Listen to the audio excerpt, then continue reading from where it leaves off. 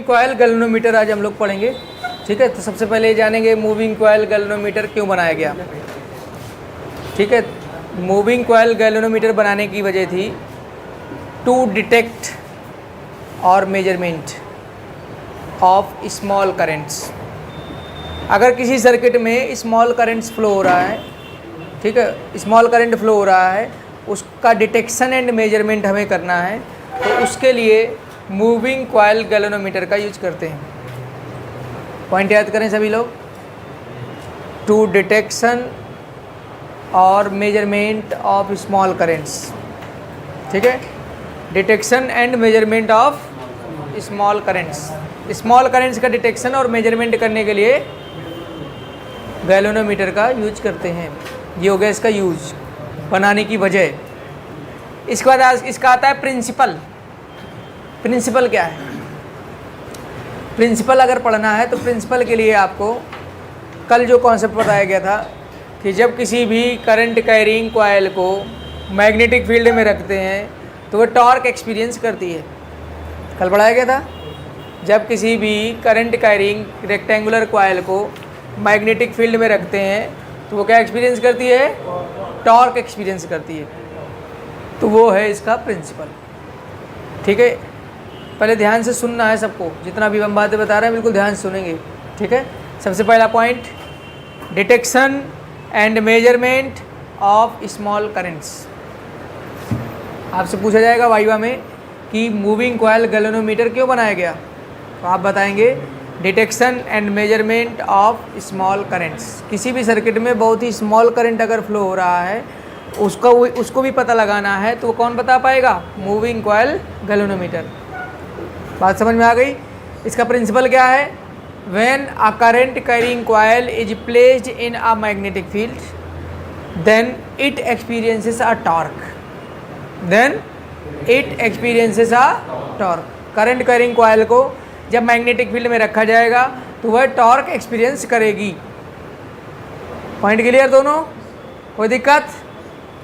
इसके बाद आता है इसका वर्किंग। वर्किंग में क्या होता है अभी यहाँ पर डायग्राम की हेल्प से भी समझाएंगे, पहले ऐसे ओरली समझने का प्रयास करें। सबसे पहले क्या करेंगे हम लोग, एक नॉर्थ पोल लेंगे और एक साउथ पोल लेंगे। ठीक, नॉर्थ पोल और साउथ पोल के बीच में मैग्नेटिक फील्ड रख देंगे। ठीक है, और वो जो मैग्नेट्स होंगे वो स्ट्रॉन्ग मैग्नेट्स होंगे। कैसे होंगे? स्ट्रॉन्ग मैग्नेट्स होंगे, उनकी इंटेंसिटी बहुत ही ज़्यादा होगी। ठीक है, और वो सिलेंड्रिकल होंगे। कैसे होंगे? Cylindrical in shape. उनको ऐसे रख करके यहाँ पर बीच में हम लोग क्या करेंगे, एक रेक्टेंगुलर कॉयल बनाएंगे। एक रेक्टेंगुलर कॉयल रखेंगे, उसमें खूब सारे नंबर ऑफ टर्न्स बना देंगे। खूब सारे नंबर ऑफ टर्न्स बना देंगे। फिर इसके बाद उसका जो अपर एंड होगा उसको एक मूवेबल टॉर्जनल हेड से कनेक्ट करेंगे। मूवेबल टॉर्जनल हेड किससे करेंगे? मूवेबल टॉर्जनल हेड से। उसके नीचे एक कॉनकेव मिरर लगा देंगे। क्या लगा देंगे? Concave mirror. उसकी हेल्प से हम लोग रीडिंग लेंगे। और जो दूसरा एंड होगा रेक्टेंगुलर कॉयल का, जो दूसरा एंड होगा उसको हाईली इलास्टिक स्प्रिंग से कनेक्ट कर देंगे। क्या करेंगे? हाईली इलास्टिक स्प्रिंग से कनेक्ट करेंगे। उस हाईली इलास्टिक स्प्रिंग के एंड को एक दूसरा टर्मिनल होगा वो T2, उस टर्मिनल का नाम क्या देंगे? T2। और मूवेबल टॉर्जनल हेड वाला जो आया था एंड, उसको टर्मिनल T1 से रख देंगे। रख करके इस पूरे सिस्टम को एक वुडन केस के अंदर रख देंगे बाहरी डिस्टरबेंस से बचाने के लिए। उस पूरे वुडन को एक लेवल्ड प्लेटफॉर्म में रख देंगे, बिल्कुल लेवल्ड प्लेटफॉर्म होगा, उसके ऊपर रख देंगे। ठीक है, इसके बाद जो ये टर्मिनल T1 और T2 हैं इनमें क्या लगाएंगे? सप्लाई लगाएंगे। यहाँ से आप सप्लाई दे करके इसमें क्या करेंगे? मैग्नेटिक फील्ड की वैल्यू को बढ़ाएंगे। मैग्नेटिक फील्ड की वैल्यू जब बढ़ेगी तो बढ़ने से क्या होगा, जो कॉयल है वो रोटेट करेगी। जब कॉयल रोटेट करेगी तो जो हाईली इलास्टिक स्प्रिंग थी वो क्या होगी? हाईली इलास्टिक स्प्रिंग क्या होगी? खींचेगी। और वो जो हाईली इलास्टिक स्प्रिंग खींचेगी वो किस हिसाब से खींचेगी, वो जो रेक्टेंगुलर कॉइल है वो घूमेगी तो खींचेगी। तो जो टॉर्क है उसमें जो टॉर्क है वो डायरेक्टली प्रोपोर्शनल होगा एंगल ऑफ ट्विस्ट के, किसके, ठीक है।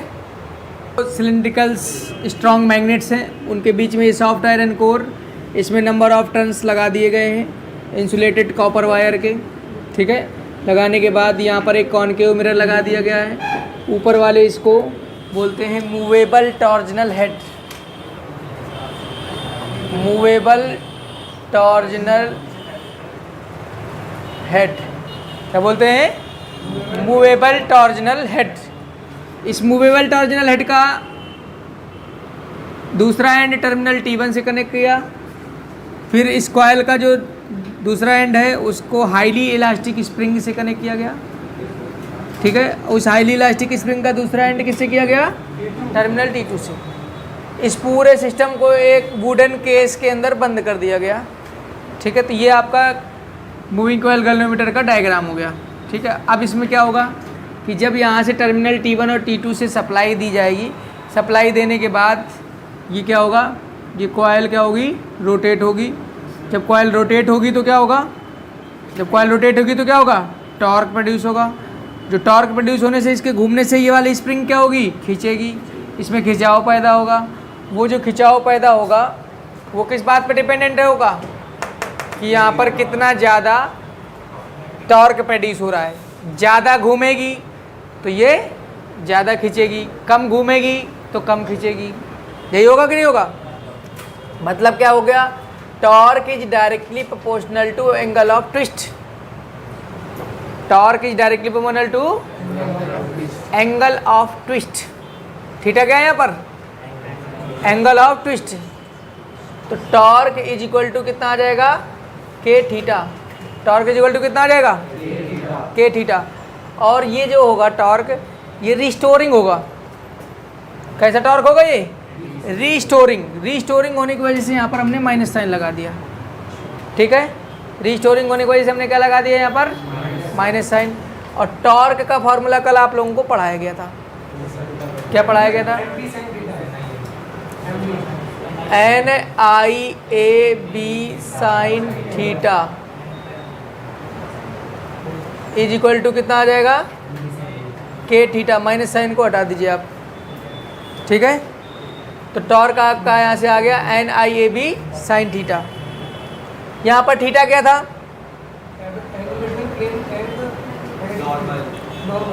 ये एंगल था एरिया वेक्टर और मैग्नेटिक फील्ड के बीच का एंगल। तो अगर एरिया वेक्टर और मैग्नेटिक फील्ड के बीच का एंगल यहाँ वाले केस में इनिशियली देखा जाए तो अगर कॉइल का प्लेन ये है तो नॉर्मल ये होगा, मैग्नेटिक फील्ड ऐसे होगा, तो एंगल कितना हो गया, 90 डिग्री, या 90 रख दो अगर, तो NIAB sine 90 is equal to कितना आ जाएगा, के थीटा। साइन 90 क्या हो गया, 1 हो गया। तो NIAB इज इक्वल टू के थीटा। तो यहाँ से I बराबर कितना आ जाएगा, के अपॉन NBA थीटा। ये जो आया के अपॉन NBA, इसको क्या बोल सकते हैं हम, के क्या है, कांस्टेंट, एन क्या है, नंबर ऑफ टर्न्स, बी क्या है, मैग्नेटिक फील्ड, ए क्या है, एरिया।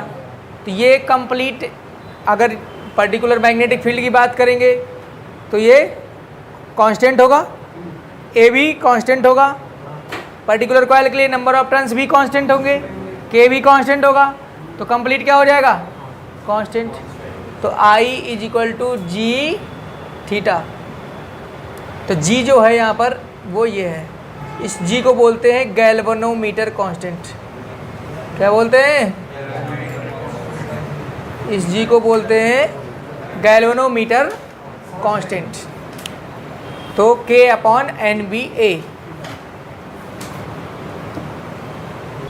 अब देखिए ध्यान से, यहाँ से अगर हम थीटा अपॉन I निकालें, क्या निकालें, थीटा अपॉन I यहाँ से निकालिए तो क्या बनेगा, theta upon I is equal to कितना आएगा, NBA upon K. Theta upon I क्या बनेगा, NBA अपॉन के। तो ये है आपका deflection per unit current, deflection per unit current, deflection per unit current. इसको बोलते हैं करंट सेंसिटिविटी। क्या बोलते हैं, current sensitivity. Deflection per unit current is known as current sensitivity. और एक होता है वोल्टेज सेंसिटिविटी, वो होता है deflection per unit voltage, deflection per unit voltage is known as voltage sensitivity. Deflection per unit voltage is known as voltage sensitivity. अब यहाँ पर रख दीजिए आप V की जगह I R, theta upon I R. Theta upon I क्या बताया गया था आपको अभी भी, करंट सेंसिटिविटी। तो voltage sensitivity is equal to current sensitivity upon R. Current sensitivity की वैल्यू क्या है हम लोगों की, NBA अपॉन के आर। यहाँ से आपका आ गया voltage sensitivity is equal to NBA upon K R. तो याद कर लीजिए current sensitivity and voltage sensitivity. Current sensitivity क्या होता है, deflection per unit current is known as current sensitivity, deflection per unit voltage is known as voltage sensitivity. दोनों का unit क्या होगा इसका, डिवीजन पर एम्पियर। क्या होता है, डिवीजन पर एम्पियर। इसका क्या होगा, डिवीजन पर वोल्ट, डिवीजन पर वोल्ट। नोट कर लीजिए, एक बार इसका कंप्लीट रिवीजन करते हैं, ठीक है, जितना पढ़ाया गया है। तो इसमें सबसे पहले मूविंग कॉइल गैल्वेनोमीटर क्यों बनाया गया, सबसे पहला पॉइंट याद करें सभी लोग, to detect and measurement of small current, detection and measurement of small currents. Small currents किसी सर्किट में फ्लो हो रहे हैं, फ्लो हो रहा है, ठीक है, तो उसमें जो भी करंट बह रहा है वो पता लगाना है अगर, तो मूविंग कॉइल गैल्वेनोमीटर की हेल्प से पता लगा पाएंगे। दूसरा इसका हमें पता लगाना है प्रिंसिपल। प्रिंसिपल क्या है इसका, जब किसी भी रेक्टेंगुलर कॉइल को मैग्नेटिक फील्ड में प्लेस करेंगे तो वह रेक्टेंगुलर कॉइल टॉर्क एक्सपीरियंस करेगी। जब किसी भी रेक्टेंगुलर कॉइल को मैग्नेटिक फील्ड में रखेंगे तो वो क्या एक्सपीरियंस करेगी, टॉर्क एक्सपीरियंस करेगी। ये इसका है प्रिंसिपल। Point clear. अब इसका डायग्राम समझें। इसमें क्या होता है, एक सॉफ्ट आयरन कोर लिया आपने, सॉफ्ट आयरन कोर में खूब सारे number of turns insulated copper wire के, किसी भी वायर के आप लगा सकते हैं लेकिन इंसुलेटेड होना चाहिए, इंसुलेटेड कॉपर वायर के आपने लगा दिए, ठीक है। लगाने के बाद क्या होगा, लगाने के बाद क्या होगा, जो एक एंड होगा उस एंड को किससे कनेक्ट करेंगे, मूवेबल टॉर्जनल हेड। इसका काम क्या है, इसकी हेल्प से हम इसे टाइट कर सकते हैं, अपने हिसाब से एडजस्ट कर सकते हैं। एक यहाँ पर कॉनकेव मिरर है, कॉनकेव मिरर की हेल्प से रीडिंग ली जाएगी। इसके बाद जो इसका एक एंड है उसको टर्मिनल T1 सेंड करेंगे। दूसरा जो इसका एंड है उसे हाईली इलास्टिक स्प्रिंग से कनेक्ट करेंगे। इस हाईली इलास्टिक स्प्रिंग को कनेक्ट करेंगे टर्मिनल T2 से। दो यहाँ पर ये मैग्नेट्स हैं, स्ट्रॉन्ग मैग्नेट, सिलेंड्रिकल है शेप में है ये, और इनको बंद कर दिया गया एक वुडन केस में। और यहाँ पर लेवल्ड प्लेटफॉर्म रखा गया, इसका स्टैंड लेवल्ड रहेगा, बिल्कुल इक्वली हर जगह से इक्वल रहेगा, ठीक है। रखने के बाद फिर यहाँ से हमने इसकी वर्किंग समझी कि जब यहाँ से आप सप्लाई प्रोवाइड कराएंगे, सप्लाई प्रोवाइड कराने से क्या होगा, यहाँ पर मैग्नेटिक फील्ड बढ़ेगा। जब मैग्नेटिक फील्ड बढ़ेगा तो क्या होगा, ये घूमेगा, तो जब ये घूमेगा तो क्या होगा, इसमें टॉर्क होगा। जब टॉर्क होगा तो ये खींचेगी, जब खींचेगी तो इसमें स्प्रिंग कांस्टेंट, टॉर्जनल कांस्टेंट उसको के बोलते हैं। के को क्या बोलते हैं? टॉर्जनल कांस्टेंट के यहाँ पर है टॉर्जनल कांस्टेंट। के क्या है यहाँ पर? Torsional constant. फिर इसके बाद जब ये रोटेट होगी तो ये जो टॉर्क पर डिपेंड होगा इसका एंगल ऑफ ट्विस्ट। ठीक है, जितना ज़्यादा ये घूमेगी उतना ही ज़्यादा टॉर्क होगा। तो torque is equal to minus K theta. फिर टॉर्क की वैल्यू क्या होती है? NIAB sine theta. थीटा 90 ले लिया तो वहाँ से आपका NIAB बराबर के थीटा, आई बराबर के अपॉन NBA थीटा। के अपॉन NBA का नाम जी दे दिया गया है। जी को बोलते हैं गैल्वेनोमीटर कांस्टेंट। फिर इसके बाद पढ़ाया गया आपको करंट सेंसिटिविटी। करंट सेंसिटिविटी क्या होता है? करंट पर यूनिट नहीं, deflection per unit current is known as current sensitivity. और इसके बाद बताया गया voltage sensitivity, deflection per unit voltage, deflection per unit voltage is known as voltage sensitivity. Current sensitivity किन किन बातों पर डिपेंडेंट है? Number of turns of the coil, magnetic field, area of the coil और टॉर्जनल कांस्टेंट के। ठीक है। Voltage sensitivity किन किन बातों पर डिपेंडेंट है? NBAKR पर डिपेंडेंट है। ठीक है।